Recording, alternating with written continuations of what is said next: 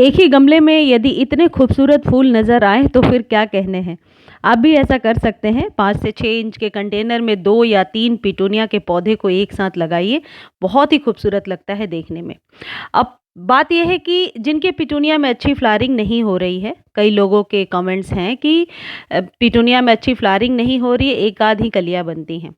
पहली बात, जिस गमले में आपने पिटूनिया को लगाया है, उसमें नीचे ज़रूर हमेशा देखा करें कि मिट्टी कैसी है, कहीं ज़्यादा गीली तो नहीं है या फिर बहुत ज़्यादा ड्राई नहीं है।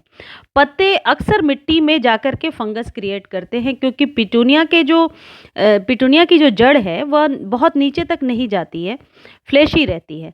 तो गमले को जैसे मैं घुमा रही हूँ, इस तरीके से आप गोल-गोल थोड़ा घुमा दिया करें, यानी दोनों साइड से धूप लगना ज़रूरी है। वरना यदि एक साइड से धूप लग रहा है तो एक साइड से फ्लावरिंग होती रहेगी और दूसरा साइड जो है वह फ्लावरिंग नहीं करेगा। तो चारों तरफ से बराबर ही धूप लगे, इस बात के लिए आप श्योर रहिए। उसके बाद एक चीज़ और आप ध्यान दीजिए कि जितने भी फ्लावरिंग वाले प्लांट्स होते हैं, उनकी मिट्टी एक तो बहुत ज़्यादा गीली ना हो, लेकिन इतनी रिच सॉइल हो कि मिट्टी में नरमाहट रहे। ऐसा ना हो कि ड्राई होकर दरारें फट रही हैं, कम पानी देने के चक्कर में हम मिट्टी को जो है बहुत ड्राई कर दें। बहुत ड्राई मिट्टी में कभी भी फ्लावरिंग अच्छी नहीं होती है। मिट्टी ऐसी हो जिसमें कि मॉइस्चर बना रहे। और जो ये सर्दियों वाले पौधे होते हैं, इनकी लाइफ 3-4 महीने की होती है। तो हर एक 1 सप्ताह पर, 10 डेज़ पर जो खाद आप दे रहे हैं उसे रिपीट करना होता है। बेहतर है आप चेंज कर के खाद इन्हें दें, क्योंकि इन ये गुच्छों में फ्लावरिंग करते हैं तो इनके पोषक तत्वों की मात्रा हमेशा ज़्यादा रहेगी। तो 2-3 आज मैं खाद बताने वाली हूँ, इनमें से एक भी यदि आप फ़ॉलो करते हैं तो आपके पिटूनिया में बहुत अच्छी फ्लावरिंग होगी। एक इम्पॉर्टेंट चीज़ है कि यदि पिटूनिया के फ्लावर खिल जाते हैं, उस अगले दिन आप उसको 2 इंच नीचे से कट कर दीजिए। यदि सिर्फ़ फ्लावर हटा देंगे और उसमें वो उसकी कली बनी रह जाएगी, तो वहाँ से बीज बनने लगेंगे।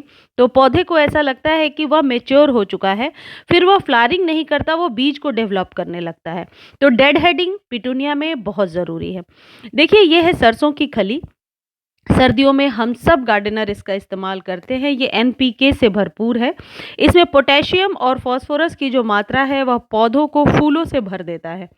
अब आपको क्या करना है, 5 ग्राम एक पौधे पर, यानी कि 8 इंच का कंटेनर है तो 5 ग्राम का हिसाब लगा लीजिए। मैंने 10 गमले के लिए भिगो दिया है, रात भर पानी में भिगो दीजिए। इससे क्या होगा कि इसके जितने भी कण हैं अच्छे से पानी में मिल जाएंगे। हालांकि इसे ड्राई फॉर्म में भी आप दे सकते हैं। 1 चम्मच भर के आप 8 इंच के कंटेनर में हर एक 10 डेज पर दे सकते हैं। लेकिन यदि लिक्विड बनाकर हम किसी फर्टिलाइज़र को देते हैं तो वह बहुत जल्दी जड़ों तक पहुंच जाता है। बस इसमें एक सावधानी रखनी है, कभी भी इसके गाढ़े तत्व को आप मिट्टी पर ना डालें, कंसिस्टेंसी को पतला बना करके ही डालें। देखिए, ये है सीवीड फर्टिलाइज़र, बहुत आसानी से आपको मिल जाएगा मार्केट में। ये एक ऑर्गेनिक खाद है, पूरी तरीके से प्योर है और इसका एक ढक्कन आप हर एक 10 डेज़ पर 1 लीटर पानी में मिलाकर अपने सभी पौधों को दे सकते हैं। दोनों में से कोई एक चुनना चाहें तो दोनों में से कोई एक भी दे सकते हैं, जैसे सरसों की खली दे दीजिए या फिर ये दे दीजिए। मैं आपको 3-4 ऑप्शन आज बता रही हूँ जो अभी सर्दियों वाले पौधों के लिए बहुत ही सही है। ये आप अपने परमानेंट फ्लावरिंग प्लांट को भी दे सकते हैं। इससे मिट्टी की उपजाऊ क्षमता बढ़ती है, मिट्टी के जो पोषक तत्व आप मिट्टी में दे रहे हैं वो अच्छे से इंटेक करता है और परफॉर्मेंस कर पाता है। कई बार ऐसा होता है कि हम पोषक तत्व तो डालते जाते हैं, लेकिन मिट्टी शुष्क अवस्था में पड़ी रहती है और मिट्टी में कोई या तो पीएच लेवल बहुत ज़्यादा हो जाता है जिस वजह से फ्लावरिंग नहीं होती है।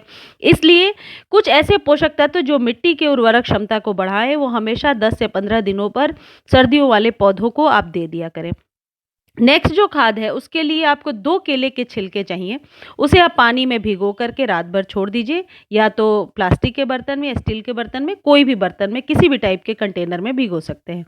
इसमें जो पोटेशियम की मात्रा है यह ज़्यादा से ज़्यादा फ्लावरिंग लेने में आपको हेल्प करेगा। बस इस बात का ध्यान रखें कि फंगस नहीं क्रिएट होना चाहिए। इससे बचने के लिए आप ये कर सकते हैं कि इस पानी में हाफ नॉर्मल वाटर मिला लीजिए और हाफ ये पानी मिला करके हर एक 3-4 दिनों पर भी आप अपने सभी फ्लावरिंग प्लांट को देकर देखिए, बहुत ही अच्छा रिजल्ट आता है। मैं तो अक्सर ये केले के छिलके वाली खाद ही देती हूँ। आप एक चीज़ और कर सकते हैं कि केले के छिलके को आप सुखा लीजिए और फिर मिक्सी में पीस लीजिए। उसके पाउडर को हर 8 दिन पे 1 चम्मच आप अपने गमले में दे दिया करें, या फिर ये लिक्विड की तरह दें। बस इस बात का ध्यान रखें कि धूप वाले पौधे को ही देना है, इंडोर प्लांट को नहीं देना है, यानी कि इसके परफॉर्मेंस के लिए धूप का होना ज़रूरी है। तो पिटूनिया वगैरह पौधे तो फुल सनलाइट के पौधे हैं, यानी कि पूरे दिन पूरे सनलाइट में रहते हैं। पिटूनिया में आप यदि धूप में रखते हैं, डेड हेडिंग करते हैं और सही फर्टिलाइज़र देते हैं, तो मुझे लगता है कि फ्लावरिंग बहुत ही अच्छी होगी, बम्पर फ्लावरिंग होगी। यदि हैंगिंग बास्केट के लिए आप कोई प्लांट ढूँढ रहे हैं, तो ये आइडियल प्लांट है। देखिए इसमें कितनी अच्छी फ्लावरिंग हो रही है। मैं तो यही सजेस्ट करूँगी कि कोई शैलो पॉट ले लीजिए, जिसकी गहराई ज़्यादा ना हो और मुँह चौड़ा हो, उसका जो ब्रॉड हो, उसका जो मुँह है, और 2-3 टाइप के एक ही में आप लगा दीजिए, 2-3 कलर के पिटूनिया, फिर देखिए आपका गार्डन कितना सुंदर लगेगा। ये मैं ये दिखा रही हूँ कि नीचे फंगस ना क्रिएट हो, इस बात का आपको ध्यान रखना पड़ेगा।